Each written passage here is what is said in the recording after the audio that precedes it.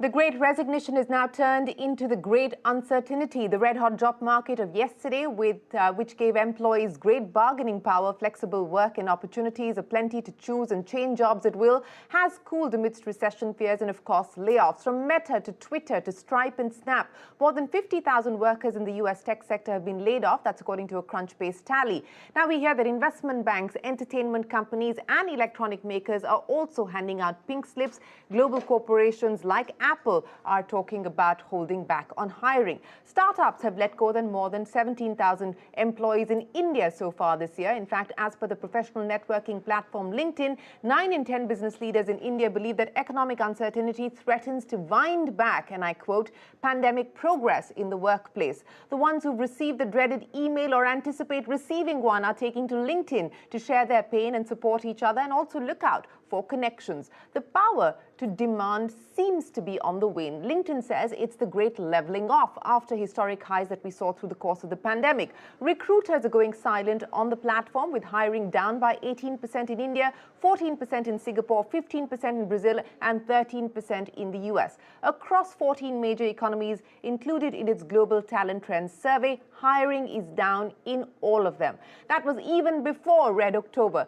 The ones with jobs are staying put, and LinkedIn says the share of global members on its platform who are changing jobs has dropped from a high of 44% in September last year to a negative 2% now. Now, all of this is the great reshuffle, says Ryan Roslansky, who took charge of LinkedIn as CEO just 3 months after the COVID outbreak. He believes this is an unprecedented moment in the history of work, where all of us are rethinking not just how we work, but why we work as well. LinkedIn, too, I'm sure, is posing a question to itself. How can the professional networking platform with nearly 1 billion people on it shape itself for the working life of people in a post-pandemic world? Those are some of the questions we'll get answers to. Hello and welcome to On the Record. I'm Shireen Bhan, and joining me today is Ryan Roslansky, the CEO of LinkedIn. Ryan, always a pleasure. Many thanks for joining us here on CNBC-TV18 On the Record. And it's good to have you here in India. You're in Bangalore, your first trip as the CEO of LinkedIn.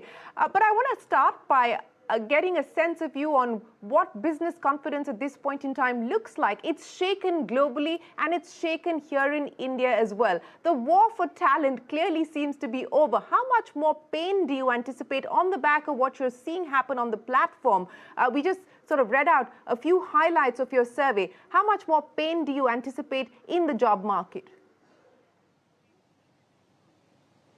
Hi, Shireen. First of all, it's wonderful to be here. I'm here in our Bangalore office for LinkedIn, my first trip to India as the CEO.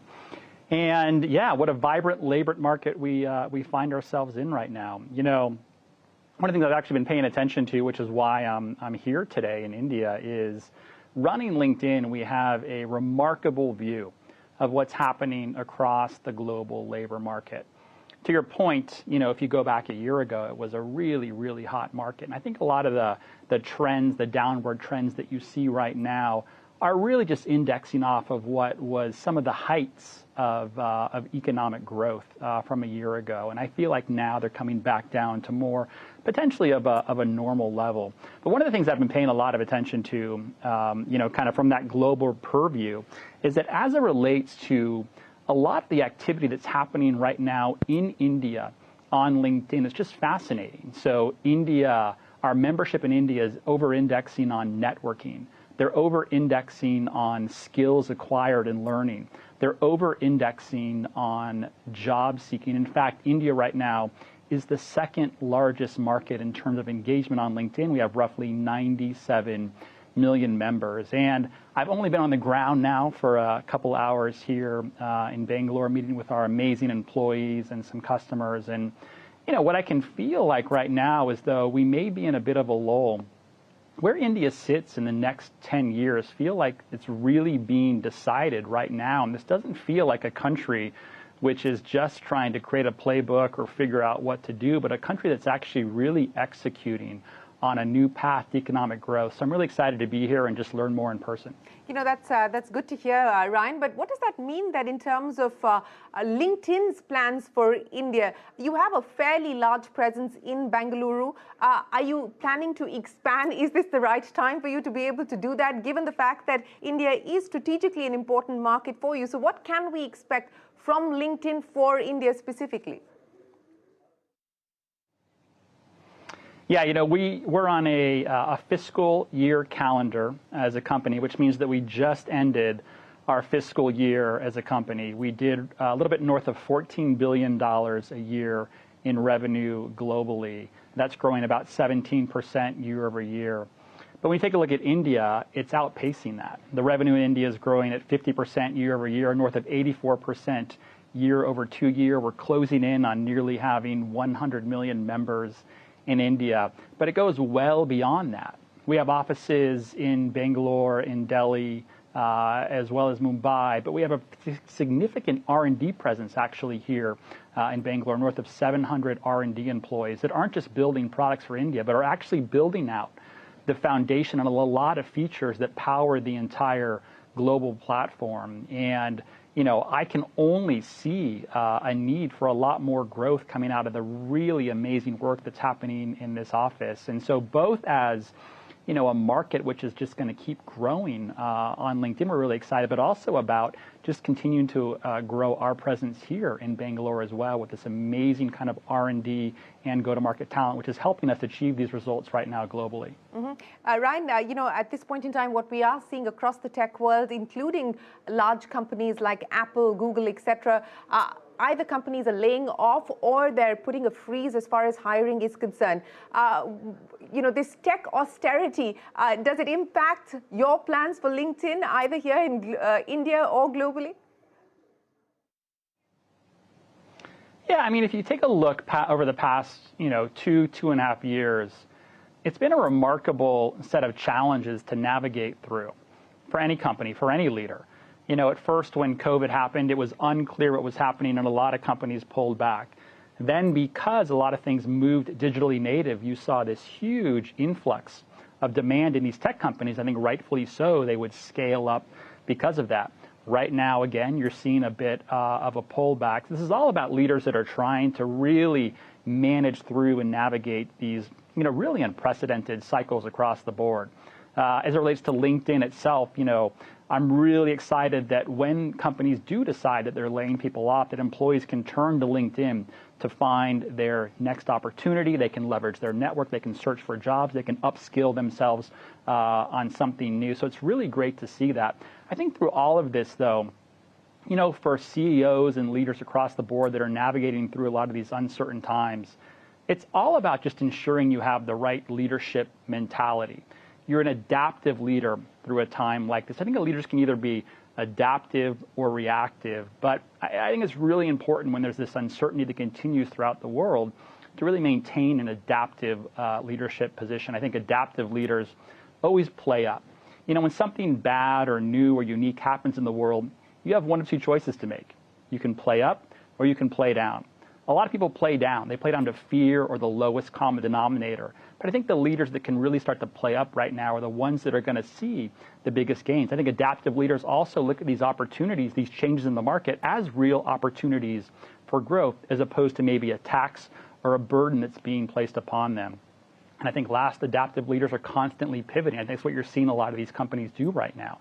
It's really important to keep moving and keep pivoting to make sure that you're changing your strategy to adapt for what needs to happen across the board. So I think that as long as, at LinkedIn, we have principles around our talent strategy, our strategies are always moving around. We have no plans. We haven't announced anything as it relates to any kind of layoff or, kind of across the board for our company. We have put ourselves inside of a hiring freeze right now for various parts of the company. But again, like every other leader, we're just continuing to navigate the global strategy that we need to keep the company going, to create this platform that so many people are finding value off of right now.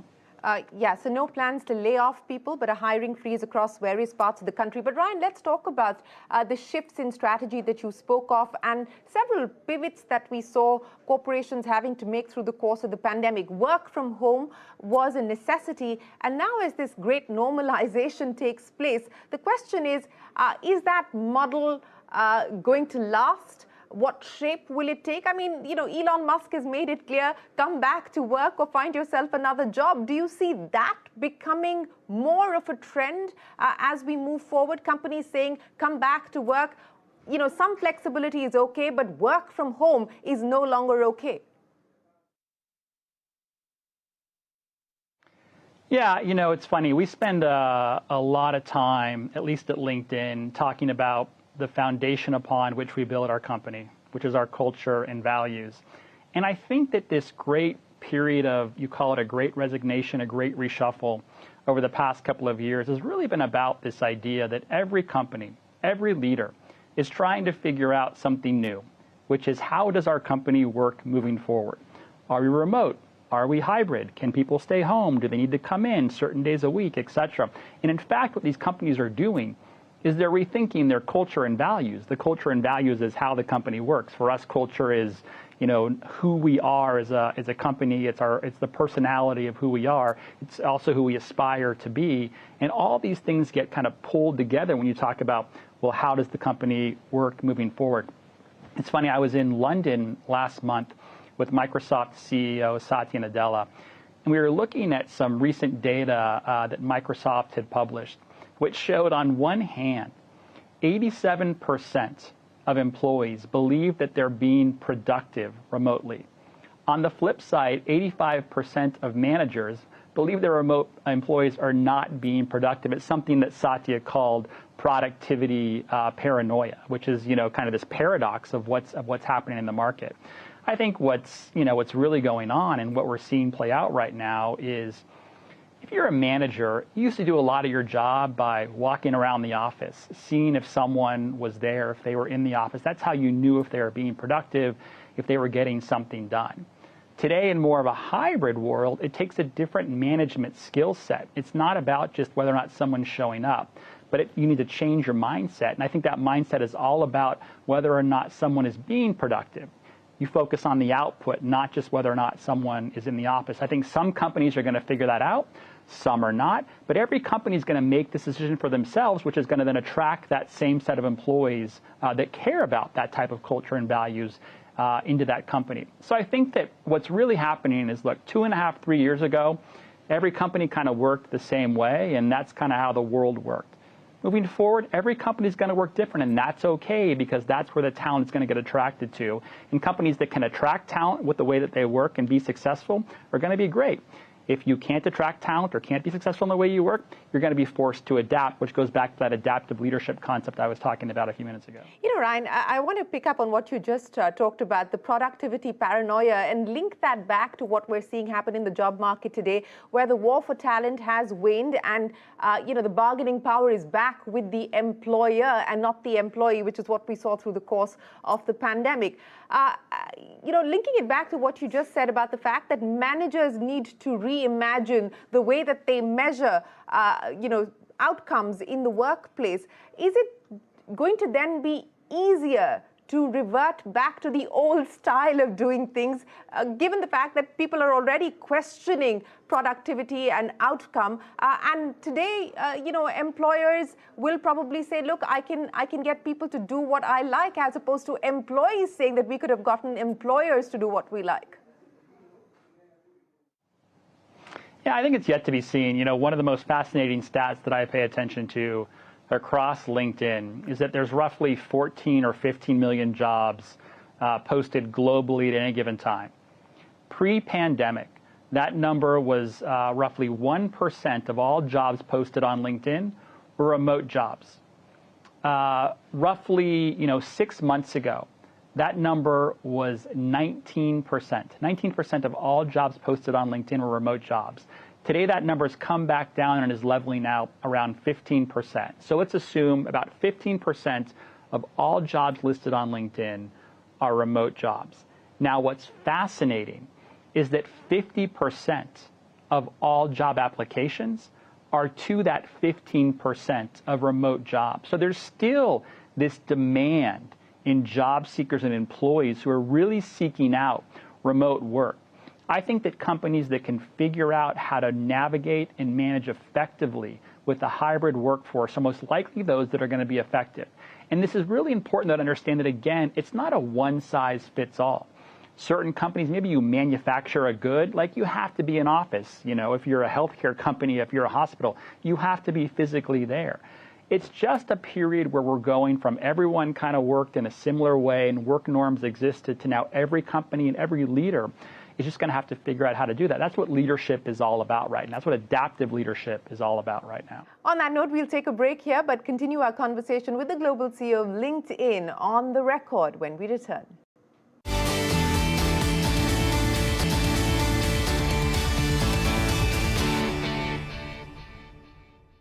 Welcome back. You're watching On the Record. We're in conversation with the global CEO of LinkedIn. Ryan, what I want to understand from you is on the back of the survey that you've done, what is going to hit the hardest? Companies are now talking about either laying off people or going in for a hiring freeze, but they're also cutting back perhaps on budgets that had been allocated for things like employee well-being, wellness programs, skill programs, upskilling programs, etc. Where else do you see the impact of this uncertainty playing itself out? On one hand, I think we're going to see companies hiring less externally, and we'll see that through a period of time. But what that does is really puts much more of an emphasis on ensuring that the employees that are working inside of your company are working on the right things. I've been focused a lot on ensuring that through our platform and even globally across the labor market, that we start to move the currency that matters for efficient labor markets, even inside of a company, to a skills-based approach. What the actual job entails to do and what someone actually needs to know in order to be effective at that job. We used to, really just judge talent based on someone's degree or where they used to work or who they knew. But right now, with the market moving so fast and roles being created or replaced at such an unprecedented rate, I think this focus on skills in order to ensure that your company is working effectively is going to be the key. I said last week that, in a lot of cases, your best next employee is probably going to be your current employee. But you can get there to figure that understanding by really focusing on a skills-based approach. So I think that companies that embrace this right now are going to find a lot of success moving forward in terms of ensuring their companies and their employees are working on the right things to ensure productivity and successful strategies moving forward. Ryan, what does all of this mean in terms of wages? Through the pandemic, we saw, on account of the war for talent, wage inflation. I mean, every company that we spoke to, and tech companies in particular, spoke about the impact on margins because they just had to hike salaries significantly to either retain or draw in fresh talent. Given the uncertainty that we're seeing, as well as the trends in the job market, how much do you expect wage inflation to cool off? I think this is another thing that is going to vary on a company-by-company basis, an industry-by-industry basis. But again, I think that over time, we can find a lot of efficiency, we can find a lot of equity across the labor market, both globally and inside companies, with more of a skills-based approach where the currency that really matters in understanding where we should be investing more heavily is really based on the skills that are required to make the company more successful. Right now in India, for example, that's a lot of technical skills. We know the most in-demand skills across India, the top 5 skills are all technical in nature. And, I start to see, and I think we're going to keep seeing, a lot more people focusing on those technical skills as the path to opportunity, and thus the path to companies being able to understand what they can afford and will they be paying moving forward. Ryan, what about gender parity as well as opportunities opening up for women here in India as well as globally, given the changes that we are seeing and also given the demand for technical skills, as you pointed out? And there again, in many ways, the gap perhaps is being widened because women are not necessarily getting the training that they require for jobs of the future. That's something that the World Economic Forum has cautioned about. What are you seeing on those trends that the survey is picking up? Yeah, and a lot of that data the World Economic Forum is using, it comes from the LinkedIn platform that we helped understand and provide. But look, I think what you're saying is spot on. What if you have all of the aptitude? What if you have all of the talent? What if you have all the skills that are necessary, but maybe you didn't grow up in a high-income neighborhood or didn't go to the right school or don't know the right people? There absolutely exists this this difference where people are starting from. And we really care across the LinkedIn platform to try and create an equitable labor market as much as possible. We do that through our products by allowing people to self-ID in terms of who they are. We do that through our algorithms to try and ensure that we're creating an equitable experience for people who are looking for talent. We do it inside of our company by really focusing on ensuring we're building a diverse and equitable workforce across LinkedIn. We do it on our platform through a concept called the +1 Pledge, where we ask everyone just to try and help someone else out, someone else that maybe didn't have the opportunities that they would have, to find that opportunity just by making one connection with someone else, maybe opening a door for someone towards that connection to turn a potentially bad situation into an amazing situation for someone who didn't really have access to those opportunities. So I think the data exists. We're going to help keep providing what we see across the platform, but we really want to focus on the power of LinkedIn and what we can do and what we can build through access to skills, through access to equity, to create the most equitable labor force we can globally. Ryan, you spoke about your conversation recently with Satya Nadella, and it's been a milestone year for the company last year when you touched the 10 billion mark, and of course now at 14 billion. And I remember that Satya was asked many questions about the price that they paid for LinkedIn, and I guess it's all worked out at this point in time. But the joint vision as far as where you would like to see LinkedIn, what's that conversation with Satya about? Well, when Microsoft acquired LinkedIn, we were doing just north of $3 billion a year in revenue. And to your point, we've just crossed the $14 billion mark on the past 12 months. I think Satya had a tremendous vision, which was we're going to keep LinkedIn as a standalone company. If LinkedIn needs things to grow, LinkedIn can have access to those opportunities from Microsoft. But we're going to keep LinkedIn standalone. And, I think when we go back, I wasn't quite sure what that meant. How is this going to work out early on? But I think that he saw something really valuable, which is that while LinkedIn, we contribute a lot to, the vision of Microsoft, if we don't have to worry about the pressures of being a standalone public company, if we can just focus long term on building the right products, the right platform, getting the right opportunities in front of our members, we're going to see that growth happen. If we don't have to worry about a lot of the things that standalone public companies do, we're going to enjoy success from it. And he was spot on. And that's what's led to a lot of the growth across LinkedIn. And the more that we keep seeing the success, the more that vision that Satya had for this independent model just keeps building upon itself. So I feel very fortunate to be able to, sit in Satya's staff meetings every week and learn from, what I believe to be probably, the greatest executive team in technology ever assembled. And all that is really helping us build LinkedIn into what it can be and what it can accomplish inside of the Microsoft umbrella. So I think, a decade from now, we'll look back on this acquisition as quite possibly one of the most successful acquisitions in technology, and Satya really had that vision from day one. I'm going to end, Ryan, by talking to you not about LinkedIn, but about Twitter. And I was looking at your Twitter timeline, not very active. There's 2 posts this year, and prior to that, 2018. So you've got a blue tick. Are you going to pay the $8? I don't know much about what's happening over there besides what we see in the press. But I think we can all root for the fact that a valuable, healthy Twitter is something good for the world. I've been leveraging LinkedIn as the main way that I like to talk about how I share and I share my knowledge to the world professionally. And I want to keep focusing on ensuring LinkedIn is the best platform in the world in order to do that. Ryan, always a pleasure. Appreciate you joining us here on CNBC-TV18. We wish you and LinkedIn the very best of luck here in India and globally, and we look forward to seeing you back again soon.